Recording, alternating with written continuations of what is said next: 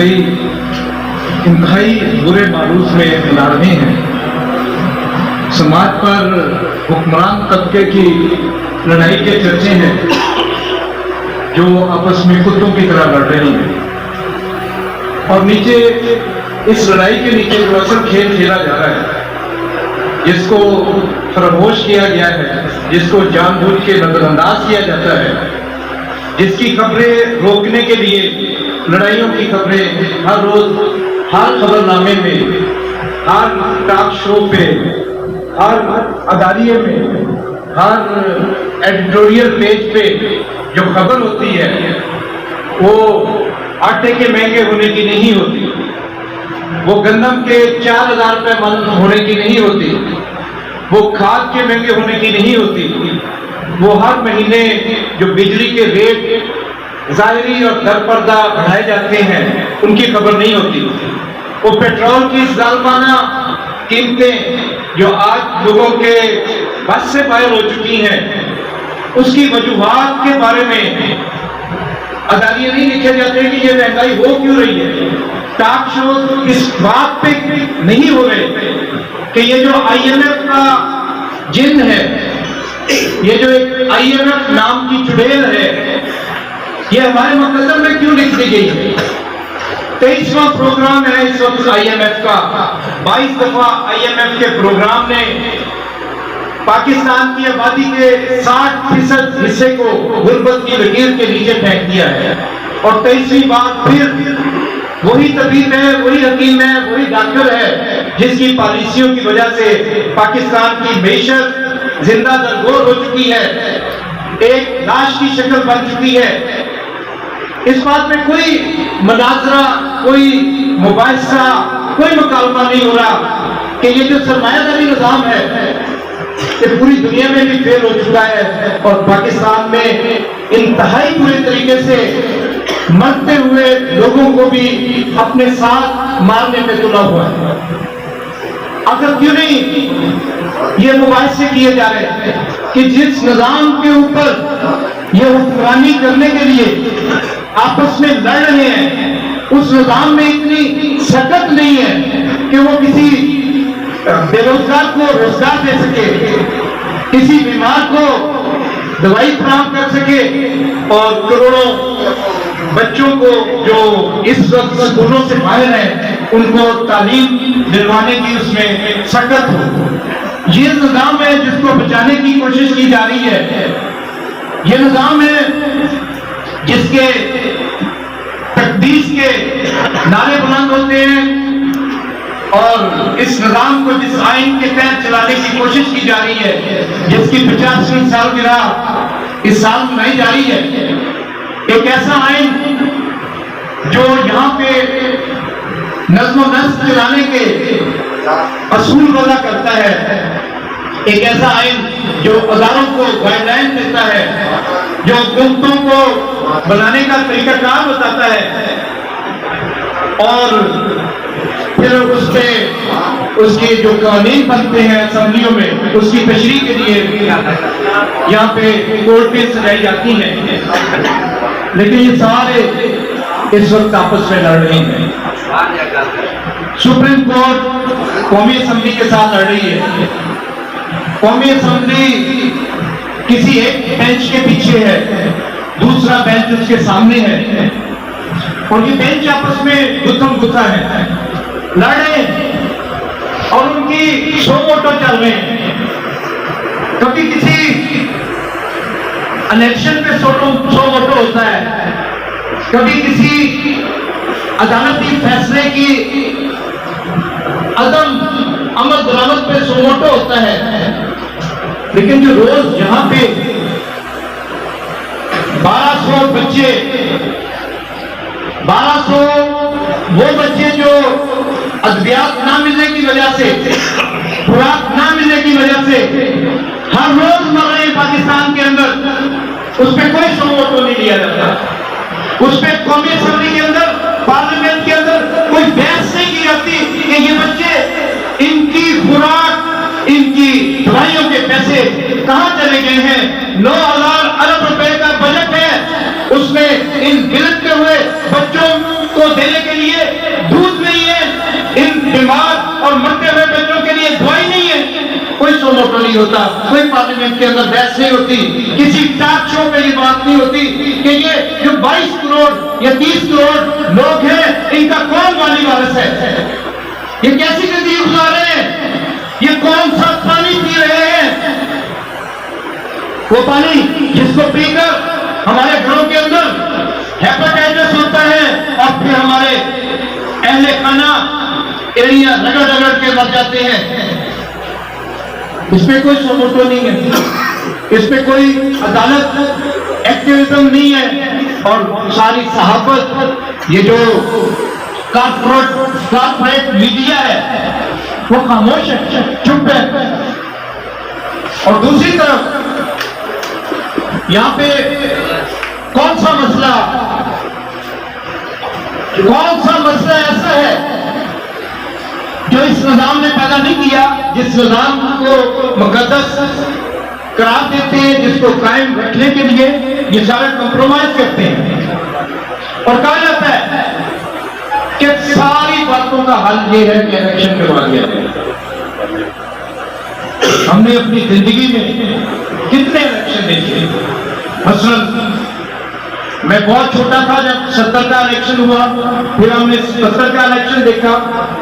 پھر اس کے بعد 85 کا الیکشن دیکھا، 88 کا الیکشن دیکھا، 90 کا الیکشن دیکھا، 93 کا الیکشن دیکھا، 97 کا الیکشن دیکھا، 2001 کے الیکشن دیکھے، 2002 کے الیکشن دیکھے، 2008 کے الیکشن دیکھے،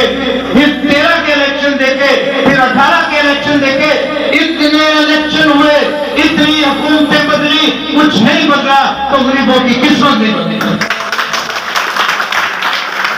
یہ الیکشن اب کیا کریں گے؟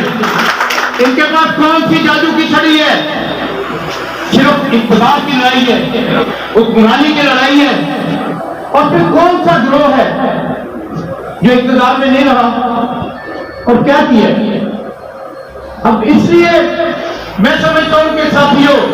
ہمارے سمجھنے کی کیا بات ہے کہ یہ ہمارے نمائندگان نہیں ہے جو پارلیمنٹ کے اندر ہے،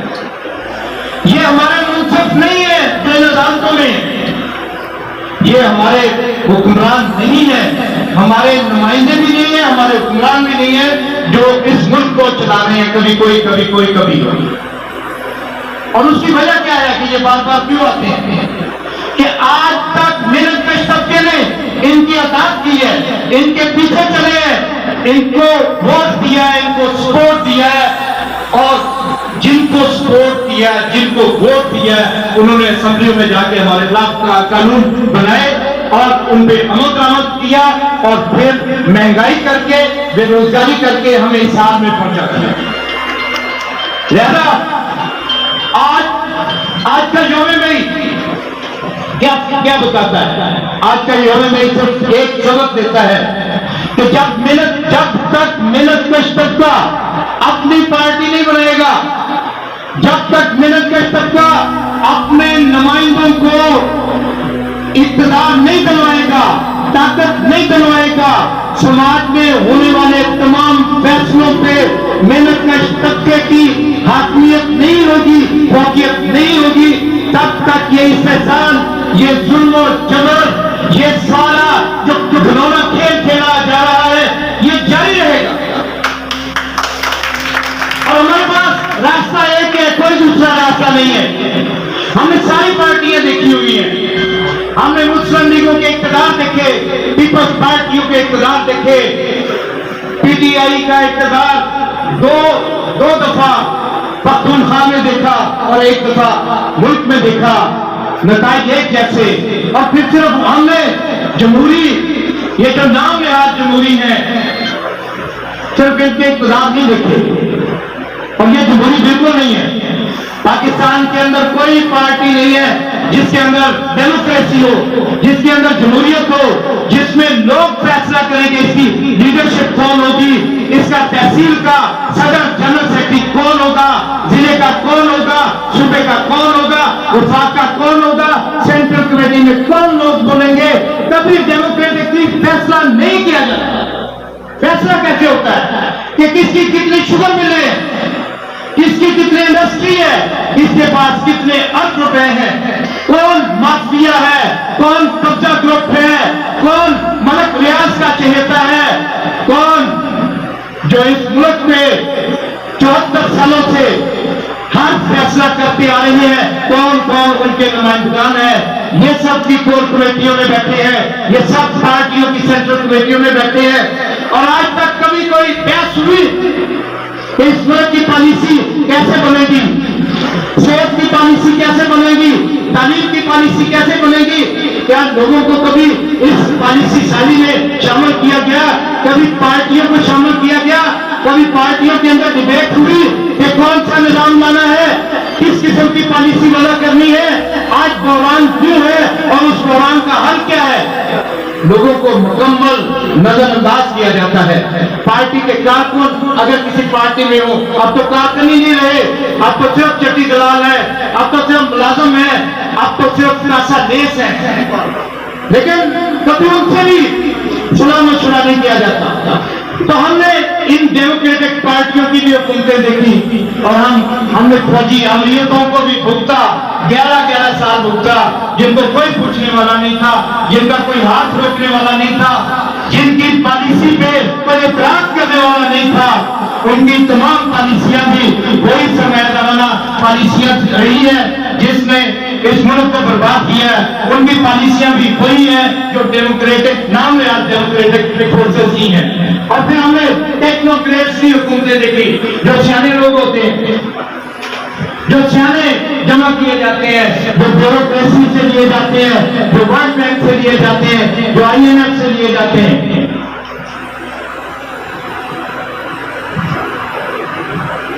ان سیانوں نے کیا کیا؟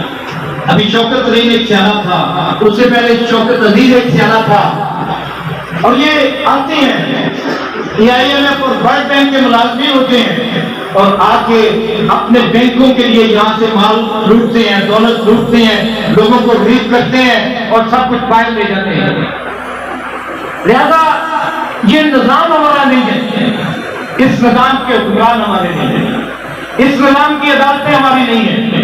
اس نظام کے حکمران ہمارے نہیں ہیں. اور یہ اس لیے حاوی ہیں کہ ہم سیاست سے 2 قدم پیچھے ہیں.